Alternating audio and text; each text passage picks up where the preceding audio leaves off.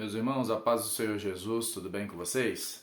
Estamos aqui para mais um vídeo de Escola Bíblica Dominical aí da editora Betel, certo? Sou Anderson Monteiro e nós estamos hoje para falar da lição de número 4, tá? Vai estar magnífica, top. Desde já eu gostaria de agradecer a você, tá? Muito obrigado por sempre estar aqui com a gente, sempre estar assistindo os nossos vídeos. E pedir a você que você curta, tá, esse vídeo, se inscreva no nosso canal, ative os sinos para você estar sempre por dentro, né, de novos vídeos, novas notificações no nosso canal. Comente também, fique à vontade, tá, em comentar esse vídeo. Compartilhe nos grupos, certo? Com sua igreja, com sua família, com seus amigos. Fique à vontade e que Deus te abençoe. Lição de número 4 da editora Betel, nós estamos falando sobre família, né, o projeto de Deus. E nessa lição nós vamos falar sobre o seguinte tema: vida conjugal, espelho do relacionamento Cristo e igreja, tá ok? Nós temos o texto áureo aqui que vai falar o seguinte, em Efésios 5:25, ele diz assim: vós maridos, amai vossas mulheres, como também Cristo amou a igreja e a si mesmo se entregou por ela.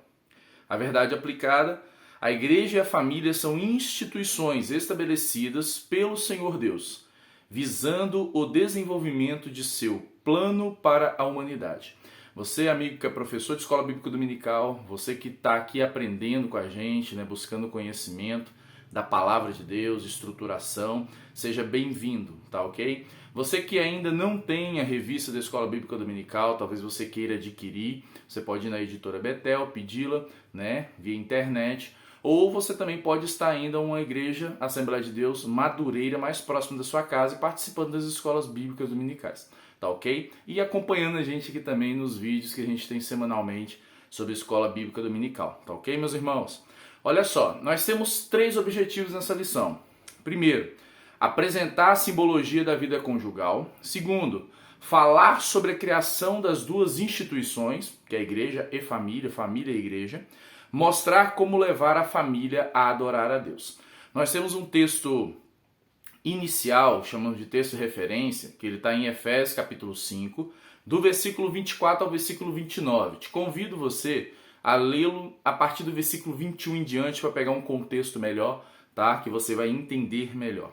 Olha só, diz assim: de sorte que, assim como a igreja está sujeita a Cristo, assim também as mulheres sejam tudo sujeitas aos seus maridos. Vós, maridos, amai vossas mulheres, como Cristo também amou a igreja e a si mesmo, né, se entregou por ela, para a santificar, purificando-a com a lavagem da água pela palavra, para a apresentar a si mesmo igreja gloriosa, sem mácula, sem ruga, né, nem coisa semelhante, mas santa e irrepreensível. Porque nunca ninguém aborreceu a sua própria carne, antes a alimenta e sustenta, como também o Senhor a igreja. Olha só, nós temos aqui nossa introdução, tá? E nossa introdução ela vai falar que, considerando que a família é onde tudo começa, trataremos na presente lição da relevância de estarmos atentos ao modelo do relacionamento que encontramos na palavra de Deus para marido e mulher, tá ok? Então essa é a nossa introdução. Então nós vamos aprender aqui, né, essa simbologia de Cristo, igreja, né, de família, né, o relacionamento, para nós entendermos melhor como funciona. Olha só, tópico 1, né, tópico 1, o simbolismo da vida conjugal, tá? Não vou ler todos os tópicos, como eu sempre faço, tem alguns trechos aqui grifados, tá ok? Apesar que todo o conteúdo é extremamente ótimo, tá ok? Porém, para a gente não ficar com um vídeo muito grande, né, muito extenso, tá ok? E também ser um pouco mais objetivo dentro dos pontos, tá?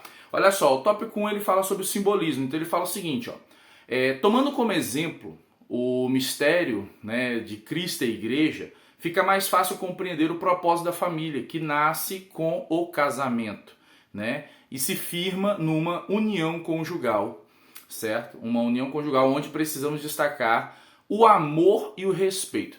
Então aqui nós vamos analisar, dentro desse contexto do primeiro tópico, amor e respeito, que são as questões que são os pilares, na verdade, de uma vida conjugal e relacional entre marido e mulher, e também é o pilar do relacionamento entre Cristo e a igreja, o amor e o respeito. Na verdade, o respeito ele tem também a palavra do temor, a reverência, sujeição, né, entendimento, né, da pessoa de Cristo, né, e a igreja entendendo quem é Cristo para a igreja.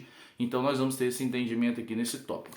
Olha só, 1.1. O modelo está posto para ser seguido, ou seja, o modelo de Cristo e a igreja é um modelo de família que a própria Bíblia nos relata, né, é um modelo a ser seguido, é um modelo a qual nós devemos analisar quais foram os acertos, quais foram os erros, né, para a gente poder aprender, tá ok?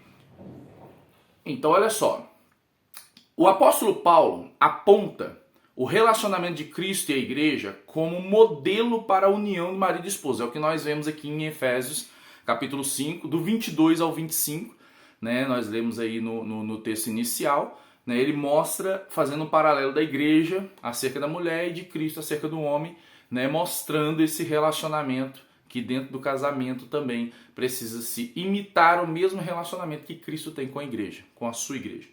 Então olha só, este modelo ele tem por base Cristo, nele sendo cabeça, a igreja sendo o seu corpo. Tá? Aqui ele vai falar do cuidado, desse cuidado que Cristo ele vai ter justamente com a sua noiva, né? Ele coloca um pouco mais adiante aqui, ó, mas o ideal de Deus para todos os casamentos com a relação muito próximo da noiva de Cristo, que é a igreja. É o próprio Cristo que é o noivo. Aqui nós vamos ver que ele vai falar desse cuidado que Cristo tem com a igreja, o cuidado que ele tem para com a igreja, como ele trata a igreja.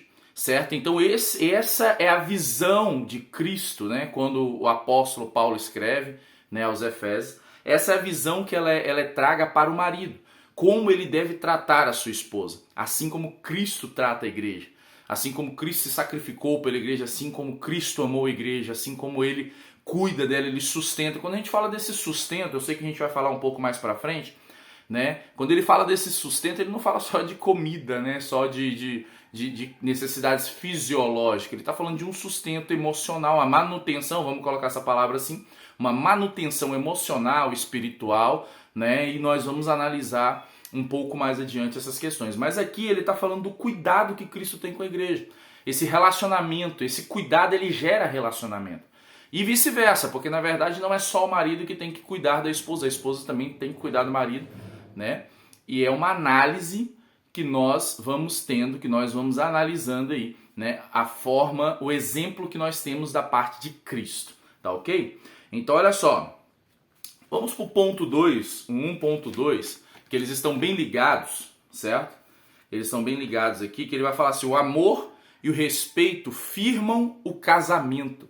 Então, como nós falamos aqui do cuidado inicialmente aqui, sobre o amor e o respeito, aqui ele fala de uma solidez que existe no casamento. E esse tipo de solidez, essa solidez que ela é tratada no casamento, fala-se de amor e respeito. Então, quando se fala-se do sustento, né, como Cristo ele fala de sustentar a igreja, de ele manter a igreja, como nós lemos aqui, vou ler mais uma vez aqui em Efésios 5, está lá no texto inicial, Efésios 5, o versículo 26, ele fala, para santificar, purificando-a com a água, né, com a lavagem da água, pela palavra, ou seja, ele vem trazendo o cuidado. Ele vem falando de um sustentamento, ele vem falando de um cuidado que Cristo tem com a igreja. Assim também para com o marido ter com a esposa, e assim também a esposa ter para com o marido, certo? Então ele vai falar desse sustento. Agora, entrando na questão do amor e respeito, firmar o casamento é a base que nós precisamos nos apegar. Nós não podemos permitir, como falamos na lição passada, anterior, que as palavras de arrogância, que na verdade as muitas coisas que nós permitimos entrar dentro do matrimônio, nós não possamos deixar que entre, né? Que se nós percebermos que entrou, que na verdade está começando a entrar algo que está ferindo os princípios e a estrutura do matrimônio, da vida conjugal, do relacionamento, precisa se tomar uma decisão para se tirar, né, justamente esse mal, esse problema, porque senão vai minar o amor e o respeito. E minando o amor e o respeito é a base aí, né, que se sustenta. Quando ele fala do amor e respeito, ele até traz os sinônimos, os sentidos aqui, a simbologia, como a gente está no tópico da simbologia, ele até traz a simbologia do amor se referindo ao homem, né, na verdade a Cristo, a igreja, e o respeito se referindo à esposa, à mulher, né, à igreja, trabalhando a questão da sujeição, né? Então olha só, então mostra a reciprocidade. Mostra-se aqui dentro desse tópico assim, ó, assim como Cristo ama a sua igreja e a sua igreja o reverencia, assim também o marido deve amar a sua mulher e a mulher deve reconhecer e reverenciá-lo, né? Então olha só, aqui existe uma reciprocidade. O que é essa reciprocidade? Se o homem ele ama, ele vai receber amor. Se de fato ele doa amor, ele receberá amor. Certo? Se de fato a mulher respeitar, ela será respeitada. Esse é o princípio básico de reciprocidade. E detalhe, só pode haver isso no casamento se houver ambas as partes se dedicando a ter essa reciprocidade. Então nós precisamos entender o que é reciprocidade. A gente fala reciprocidade. É aquela questão seguinte, eu vou doar para receber. Certo? Eu dou, o que eu dou é a lei da semeadura, né? Na verdade a gente coloca a lei de semeadura muito na questão de prosperidade, nas questões financeiras. Mas na verdade não, a lei da semeadura está em todo lugar. Principalmente dentro do casamento. Se você planta amor, meu amigo, você vai colher amor. Se você planta respeito, você vai colher respeito. Se você planta fidelidade, você vai colher fidelidade, né? Nós precisamos trabalhar esses princípios e não permitir que esses princípios eles saiam de dentro do nosso casamento. Tá bom? Esse aqui é 1.2 falando sobre essa questão. Eu estou colocando aqui a questão reciprocidade porque eu identifiquei melhor essa palavra para se trabalhar dentro desse 1.2. Tá ok? Então 1.3 ele vai falar o seguinte, a sujeição se estabelece no temor do Senhor. Então ele vai falar mais uma vez sobre a questão da sujeição da esposa, certo? Que a mulher ela deve ser submissa, sujeita ao seu marido, submeter-se ao seu marido. Aqui eu quero trabalhar dois tipos de sujeições, tá? Fala assim, Anderson, como assim dois tipos de sujeições? Sim, o da mulher e o do homem. Mas aqui o texto bíblico está falando da mulher, sim. A primeira sujeição, como eu falei, eu ministrei escola dominical na igreja local a qual eu congrego, né, o domingo passado, e lá eu falei, ensinei aos irmãos acerca da sujeição da esposa, que a sujeição não é escravidão, falei isso aqui também no canal em lições anteriores. A sujeição da esposa não é a escravidão da esposa. Vamos definir que a sujeição não é escravidão, mas a sujeição, ela é sabedoria.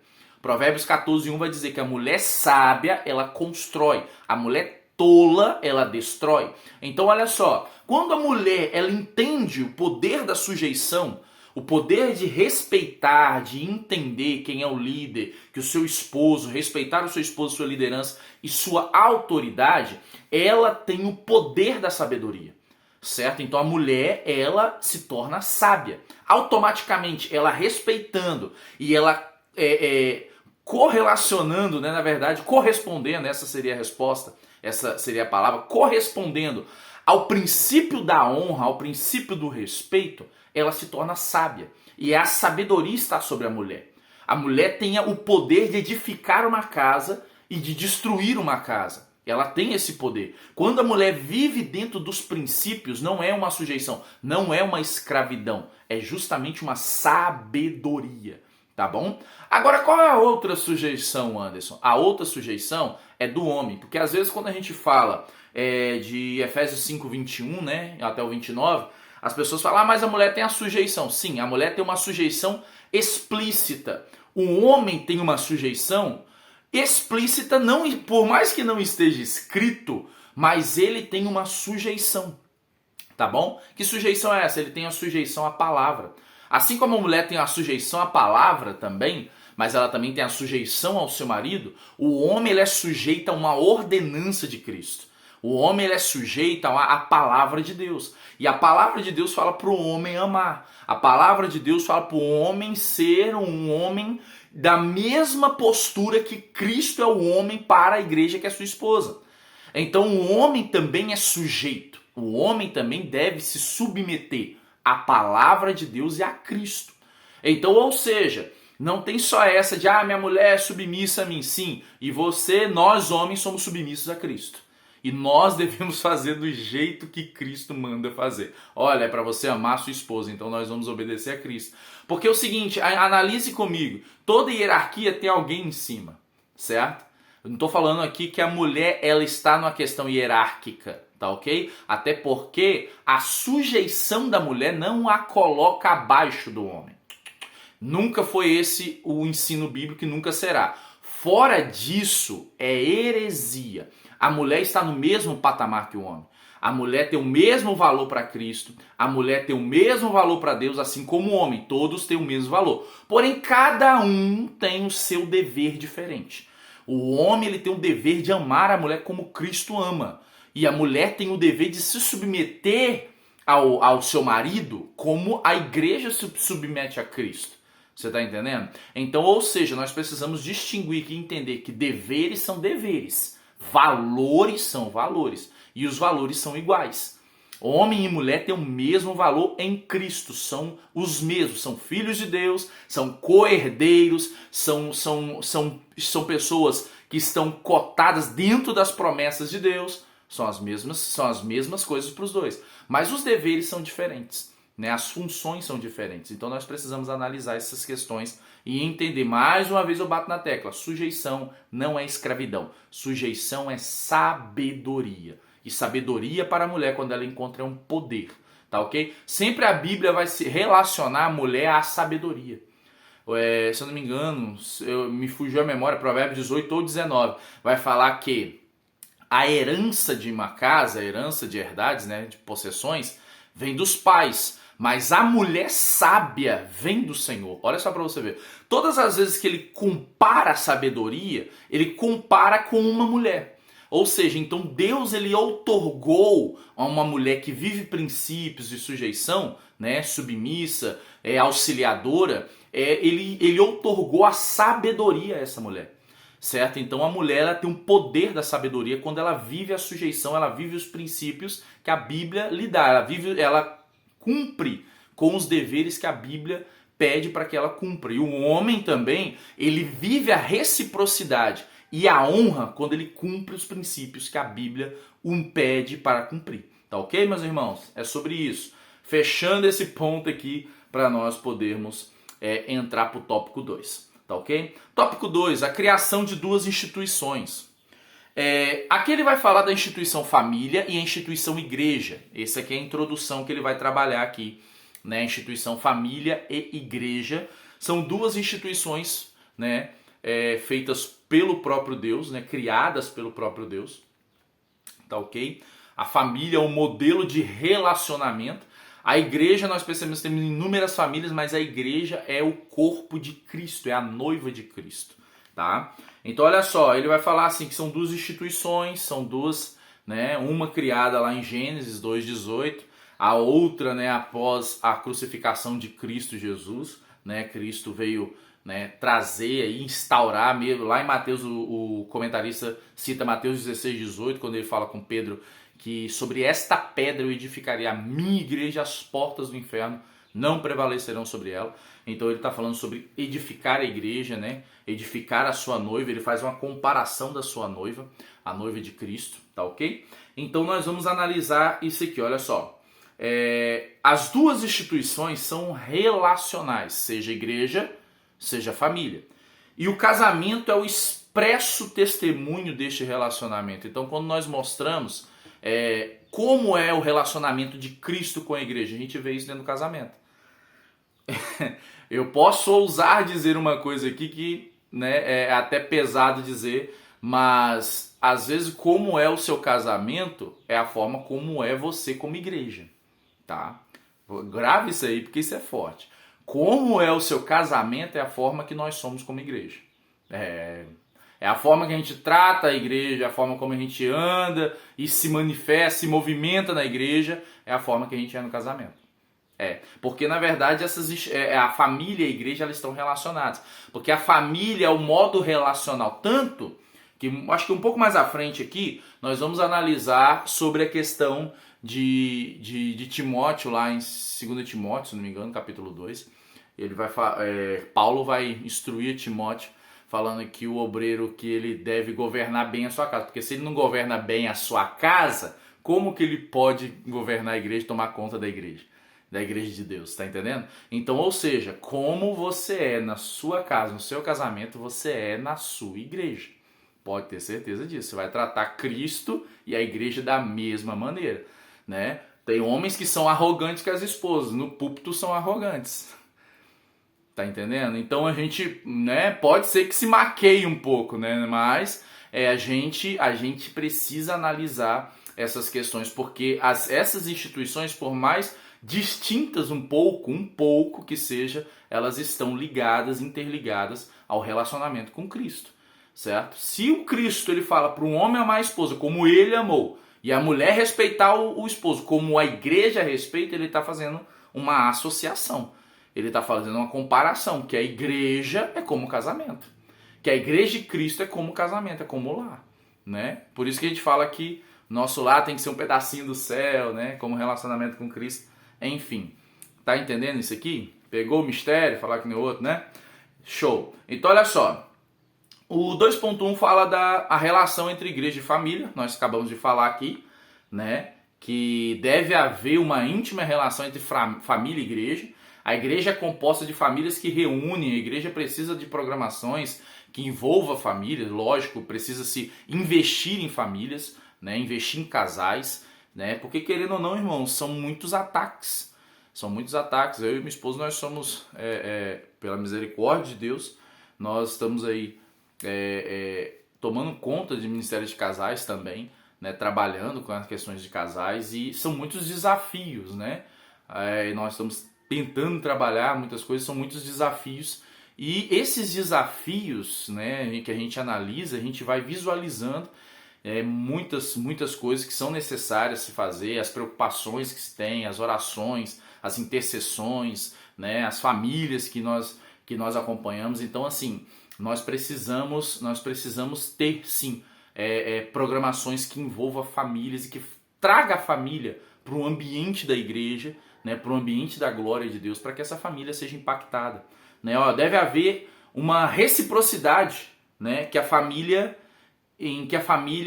preservar a igreja e a igreja preservar a família, tá? A igreja, irmãos, nós vamos ver um pouco mais aqui à frente, mas a igreja, ela é que defende a família. Já entrando no tópico 2, a igreja ela é que estrutura a família. Se nós como igreja não aprendermos a ser família e não ensinarmos como deve ser família, as outras famílias vão perecer.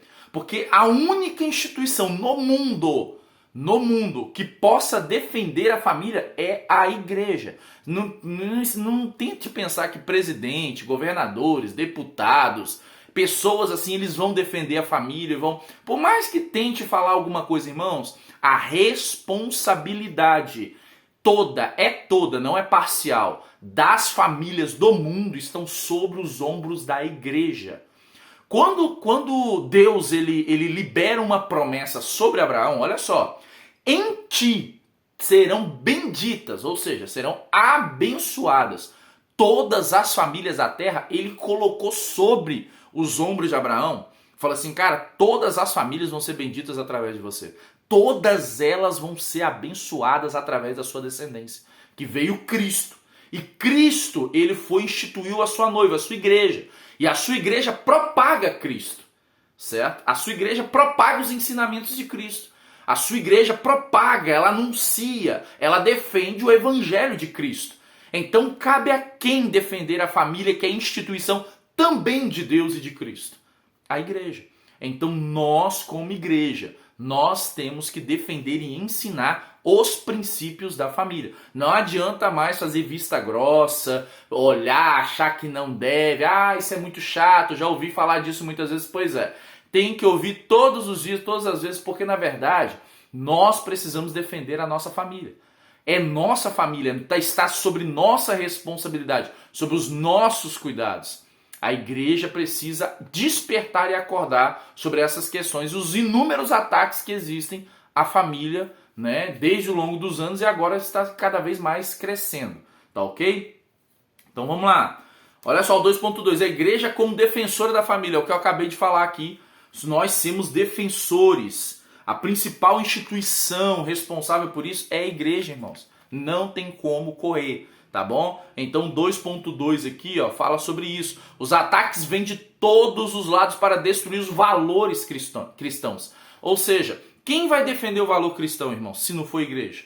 Apesar que existem inúmeras igrejas hoje que já se venderam, já se corromperam, né, já permitiram que o sincretismo religioso, o mundanismo se instaurasse dentro da igreja, o ecumenismo dentro das igrejas, e eles se permitiram alterar a palavra, preferiram, como está em 2 Timóteo capítulo 4, né, versículo 2 em diante, preferiram juntar messes segundo suas próprias concupiscências, segundo suas próprias vontades, né, assim, preferindo viver os mentirosos finais felizes. Então é assim que está acontecendo hoje. Mas a igreja lavada e remida, que se mantém em Cristo Jesus, dentro da doutrina dos apóstolos, dentro da Bíblia Sagrada, essa precisa defender os princípios da família. Tá ok? Nós somos defensores da família, você e sua casa, você e sua família, você o casamento, a sua família tem que ser um defensor dos princípios cristãos, os princípios da Bíblia Sagrada. Senão, meu irmão, quem vai defender?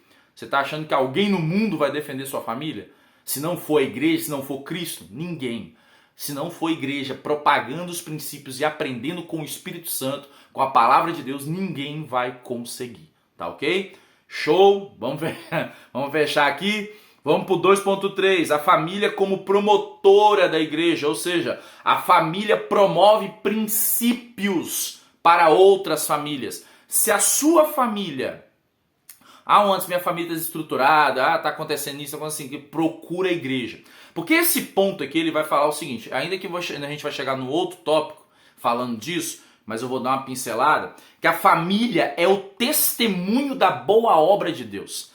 Deus, quando criou a família, falou que era bom. Ele falou assim, não é bom que o homem viva só. Então ele criou o casamento, um homem e mulher. Eu quero ver um homem e mulher juntos. Eu quero ver eles andando na minha presença, nos meus princípios, na minha vontade. É isso que eu quero do homem e da mulher. Então, ou seja, quando chega aqui sobre promover a participação na igreja, promover os princípios de Deus, a obra de Deus, sobre as estruturas da palavra de Deus na família, é a intenção do Senhor, é a intenção de Deus para as famílias e com a igreja, tá ok? Ele fala o seguinte, uma igreja não pode ser forte, viva e santa com famílias fracas na fé. Gente, isso aqui é terrível. Como que uma igreja ela vai ser forte? Ela vai ser santa, ela vai ser viva se existem famílias fracas. Está sobre o ombro de quem? Aí eu leio para vocês, cito a vocês Gálatas capítulo 6, versículo 2. Carregai as cargas uns dos outros e assim cumprireis a lei de Cristo. Ou seja, precisamos ajudar famílias que estão precisando da nossa ajuda. Precisamos pregar os princípios bíblicos, ensinar os princípios bíblicos, mostrar para eles que é possível, que tem um Cristo que ajuda. Ele não é aquele Deus que ele cria alguma coisa e abandona, não. Nós podemos olhar isso para nós mesmos, que ele nos criou e ele enviou o seu filho para nos resgatar. E os princípios, a palavra de Deus está aqui para nos resgatar, para nos trazer para os princípios, para nos trazer para poder cumprir os princípios e viver promessas, certo? Deus, ele restaura a sua casa, ele restaura o seu casamento, ele restaura a sua saúde, ele restaura a sua família, sua vida conjugal, ele restaura a sua família por completo. Mas nós precisamos buscar e querer viver os princípios de Deus, tá ok? E compete à igreja. Isso é uma responsabilidade da igreja e das famílias da igreja. Se elas se dizem estruturadas, ajudar a quem está desestruturado. Paulo vai dizer isso. Se faça fraco para aqueles que estão fracos, né? Ou se faça forte para aqueles que estão, né, fracos. Para que você possa ajudá-los, colocá-los nos ombros, ajudá-los a carregar as suas cargas, ajudá-los a chegar no mesmo propósito. Tá ok? Então é sobre isso. A igreja ela é promotora do evangelho. Ela promove o evangelho de Cristo. Ela estabelece o reino de Cristo nos lares e nas famílias. Tá ok? Agora o Anderson. 3 pontos, olha o tópico 3.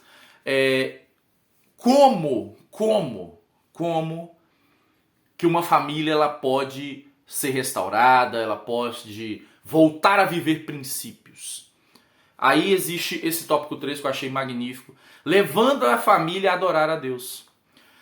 Às vezes muitas pessoas elas deixam de ir numa igreja, eu já vou falando aqui, já quebrando alguns protocolos, alguns princípios aqui. Muita gente fala, eu deixei na igreja por causa do fulano, por causa que aconteceu isso, é um escândalo assim, um escândalo lá. Irmãos, deixa eu te falar, a igreja ela é composta de pessoas. Você não é perfeito, nem eu sou perfeito. A própria Bíblia diz, Tiago vai dizer que Elias, orando, clamou a Deus, pedindo que não chovesse 3 anos e meio, e não choveu, e quando orou, voltou a chover e tal. Ele que é sujeito às mesmas paixões que nós. Ou seja, mesmo Elias, o que fez? O Elias era diferente em quê?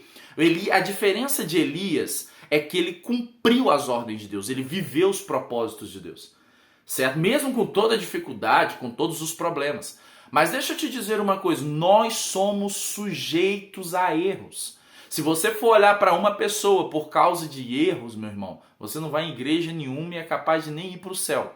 Porque na verdade Cristo veio resgatar os ruins mesmo. Ele veio resgatar aqueles que não são, aqueles que não se consideram justos, tá ok? Agora deixa eu te falar uma coisa, nós precisamos viver em unidade. Então esse tópico 3 ele vai falar de comunhão, unidade e também união, certo? De se ajuntar, então, ou seja, de congregar. Você talvez está afastado ou você conhece alguém que esteja afastado porque ela viu uma coisa, não gostou de uma pessoa, não gostou de alguma coisa que aconteceu na igreja.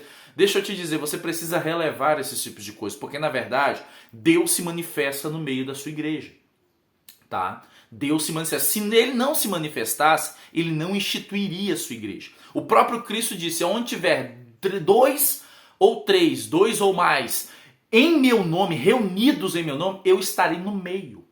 Eu estarei lá. Se Cristo ele reúne, se Cristo está no meio daqueles que o buscam, em espírito e em verdade, meu irmão, é lá que é o lugar que nós precisamos estar. É o lugar onde a presença dele vai estar. Sua família quer ser restaurada, quer ser curada, quer ser transformada, é lá que é o lugar de buscar, na igreja. Junto com os irmãos, unidade de fé, entendeu? Suportando uns aos outros. Eu sei que todos nós temos falhas, mas nós precisamos congregar e cultuar juntos. Não pode, não podemos permitir que essas questões elas venham nos afastar do congregar, do ajuntar, para que a glória de Deus se manifeste em nós, tá ok? E esses tópicos aqui que estão aqui, olha só, 3.1, a igreja é um ambiente para aliviar tensões, Existem pessoas que às vezes entram na igreja todas frustradas, muita coisa acontecendo na sua vida, na sua família, na sua casa, e ele chega na igreja, ele ouve uma palavra, o Espírito Santo fala com ele sai de lá aliviado, ele sai de lá lavado, porque o Espírito Santo se manifestou em sua vida. E detalhe, ele foi para o lugar certo. Agora imagine se essa pessoa vai para o lugar errado. Imagine se essa pessoa ela vai para os seus devaneios. Ela consegue, na verdade, aliviar suas tensões, receber refrigério, esperança, ânimo, visão espiritual, promessas, ela não consegue. Você só consegue essas coisas se você for buscar aonde Deus se manifesta, aonde Deus escolheu se manifestar nesse lugar, nessa terra, a igreja. Então, irmãos, se você precisa de um milagre na sua vida, na sua casa, busque uma igreja mais próxima da sua Bíblia, tá? Não é a igreja mais próxima da sua vontade, não, é a igreja mais próxima da sua Bíblia, tá ok? Busque uma igreja mais próxima da sua Bíblia. Busque viver com esse Deus, busque esse Deus. A sua casa está clamando por socorro e você está parado. Às vezes você está estagnado porque você olhou para um irmão. E por causa de você ficar olhando para um, para outro, a sua família está afundando. Você precisa olhar para Cristo, tá ok? Olhar para Cristo, vamos olhar para Cristo. Olha só, 3.2, a igreja proporciona um ambiente de união, de comunhão. Essa é a intenção da igreja. Ainda que 1 ou 2, infelizmente, não tragam, não tragam esse mesmo propósito, assim como nós estávamos na lição do trimestre anterior, que nós falamos de Diótrefes, da terceira epístola de João, ainda que alguns sejam como Diótrefes, tá? Mas nem todos, nós temos Gaios, Demétrios dentro da igreja, certo? Então nós precisamos buscar esse ambiente de união e de unidade, tá ok? Precisamos congregar e promover comunhão, tá ok, meus irmãos? E o último ponto para a gente finalizar aqui é a igreja proporciona, ela é promotora de paz e de instrução. Irmãos, Hebreus vai falar o seguinte: sem paz e santidade, ninguém, absolutamente ninguém verá o Senhor. Por mais que você busque restaurar sua família, restaurar sua vida financeira, seja qual área for da sua vida, se você não estiver disposto a cumprir a palavra de Deus e os seus princípios de uma vida santa, de uma nova vida com Cristo, né, de um arrependimento, de perdão, de comunhão com Deus e com os irmãos, você pode ter certeza que isso não vai acontecer. Você precisa ir para a igreja com o coração aberto. Você precisa ir para a igreja falando: Cristo, eu estou aqui, eu preciso ser mudado, eu preciso ser moldado. Ainda que esse processo vai ser dolorido e difícil, mas eu estou aqui porque eu vim na tua igreja receber instrução do Senhor. Então nós vamos à igreja, irmãos. Pense bem isso aqui. Nós vamos à igreja adorar a Deus. E Deus, pela sua infinita misericórdia, Ele nos dá o benefício da tua graça, da sua presença, da sua santidade. E nós entendemos que o Espírito de Deus nos convence que nós precisamos andar em santidade. Andar com Deus dentro da sua palavra, dentro dos seus princípios. Tá ok? Então a igreja, ela é uma instituição que promove santidade. Como eu já expliquei aqui em outros vídeos, talvez tá em algum dos vídeos aí do canal, tá? Não sou como aqueles youtubers que saem colocando um monte de card aqui não, tá ok? Mas vai ter que dar uma procurada lá. Como eu já expliquei, santidade não é aquele que anda totalmente certinho, né? E tal, santidade é aquele que tem entendimento de uma vida separada. Aquele que foge do pecado e foge de pecar para poder agradar ao Senhor e honrar a tua palavra. Isso é santidade. Se eu posso fazer, eu não faço, certo? Se é lícito fazer, mas eu não posso porque vai prejudicar minha vida espiritual. Então isso é santidade, se separar. Se abster daquilo que vai quebrar sua comunhão com Deus. Tá ok? Isso é santidade. Santidade bíblica, com parâmetro bíblico, é isso. Tá? É isso. Isso é santidade. É eu me afastar daquilo que me afasta de Deus. Isso é santidade. Tá ok? É eu agradar a Deus a todo momento ao invés de me agradar. Isso é santidade. E aonde eu aprendo os caminhos da santidade, a estrutura da santidade, os pilares da santidade, os degraus da santidade, isso é para outros momentos, né? É na igreja, é as ministrações que nós recebemos, é as instruções que nós recebemos. Esse vídeo aqui é um vídeo que eu passo para poder, né, tá instruindo alguns irmãos, alguns que às vezes não estão dentro da escola dominical, não estão vivenciando esse mesmo ambiente que a gente dessa revista, os irmãos estarem por dentro, né? Tem vários textos bíblicos aqui, enfim, tá? Mas essas ministrações são ministradas dentro da escola bíblica dominical. É aonde a igreja precisa receber, aonde a igreja precisa estar, tá ok? Amém? Deus abençoe sua vida. Chegamos ao final de mais uma aula. Eu quero agradecer a você que assistiu esse vídeo. E eu quero te fazer uma pergunta. Você aqui só vai colocar o comentário lá embaixo quem assistiu até o final, né? Eu gostaria que você comentasse, colocasse um versículo bíblico relacionado a essa lição. Coloca no comentário embaixo o texto bíblico. Se você quiser colocar o texto todo, né, a citação toda, ou só a citação dele, fica à vontade. Eu queria que você colocasse um texto bíblico para todos aqueles que vissem, né, esse vídeo, pudessem ver esses textos bíblicos e associar a esses pontos, tá ok? Deus abençoe sua vida, fica na paz do Senhor Jesus.